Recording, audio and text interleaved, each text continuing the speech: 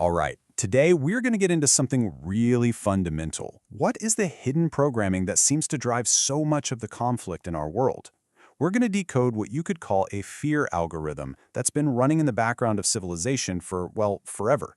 And then we'll look at a potential upgrade, a way to shift into a much more coherent future. I mean, it's the question we've all asked, right? In our own lives, in our communities, you see it on the world stage. Why do things that start with good intentions just go off the rails so fast? Well, it turns out the answer is buried deep in the basic operating system we're all running. So, let's get into it.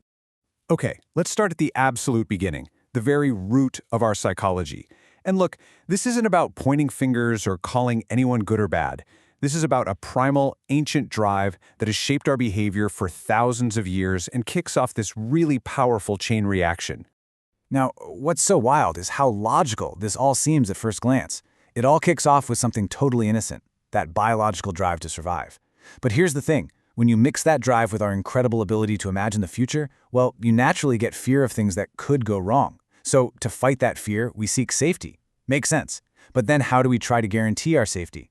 We try to control everything, our environment, our situation, and yeah, even each other. And this quote just hits the nail on the head.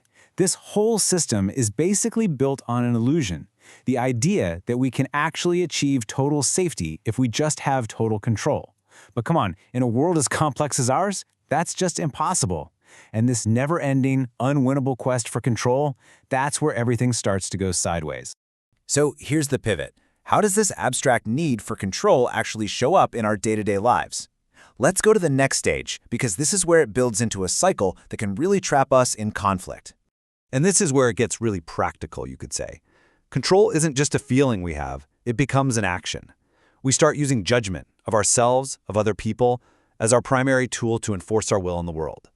We make up rules, we assign blame, we hand out punishments, all in this desperate attempt to make the world more predictable and hopefully safer.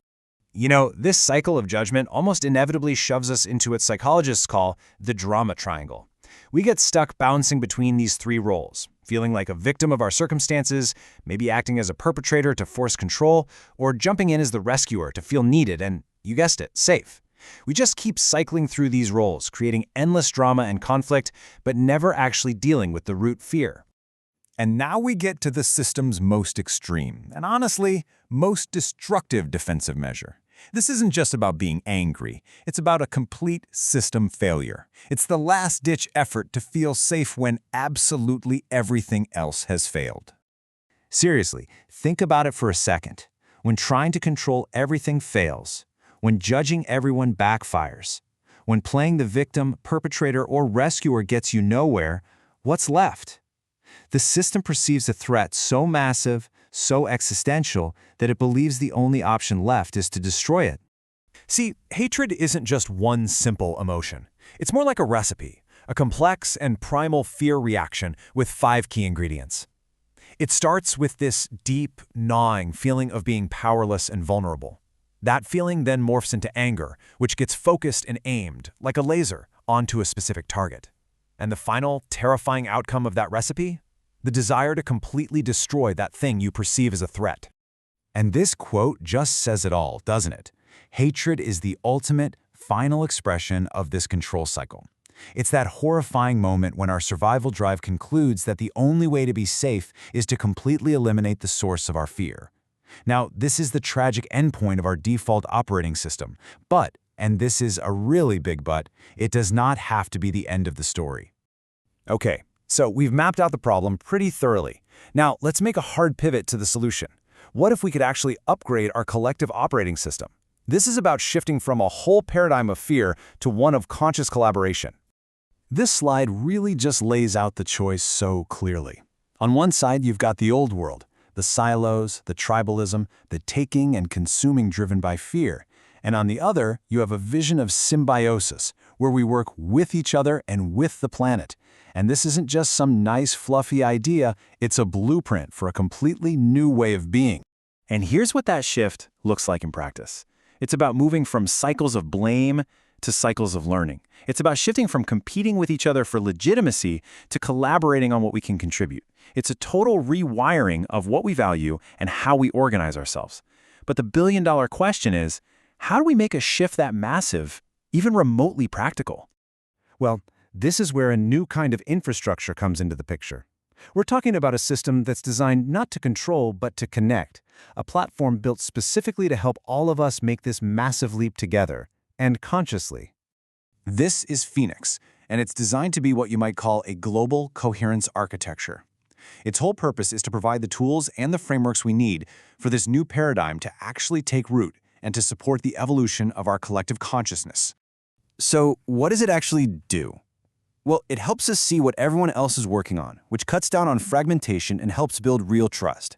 It's not about forcing one single solution on everybody. Instead, it's about aligning the thousands of amazing, positive initiatives that are already out there and empowering communities to build futures that ensure their holistic well-being. We're talking socially, emotionally, even spiritually.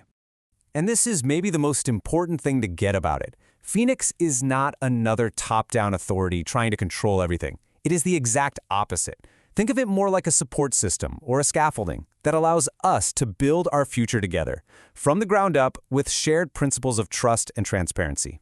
I absolutely love this metaphor, a planetary nervous system. Just think about what a nervous system does. It senses, it connects, and it responds to ensure the health of the whole body. That's the idea here. It's not some rigid, unfeeling machine. It's an adaptive, living ecosystem designed to support the well-being of all of humanity and nature itself. So, this brings us right to the heart of the matter. We've seen our default programming, and we've seen the potential for a serious upgrade. The question that's left on the table is really just one of choice. This image just captures our current moment so perfectly, doesn't it? Do we keep walking down the path dictated by that old fear algorithm, the path of control and judgment and ultimately destruction? Or do we consciously, intentionally choose the other road, the path of coherence, of collaboration, and of regeneration? And that's really the ultimate takeaway. Our biggest crises aren't just external problems. They are a direct result of our internal, unconscious programming. So the most powerful thing we can do is to finally see that programming for what it is, and then make a deliberate, conscious choice to design and build something new, together. And that leaves us with the essential question, the one we all have to answer for ourselves and for each other. It's not about getting rid of fear entirely, but it is about changing our relationship to it. It's about building our capacity, as individuals and as a collective, to respond not with control, but with creativity, with connection, and with conscious choice. And that, right there, is a journey that we are all on together.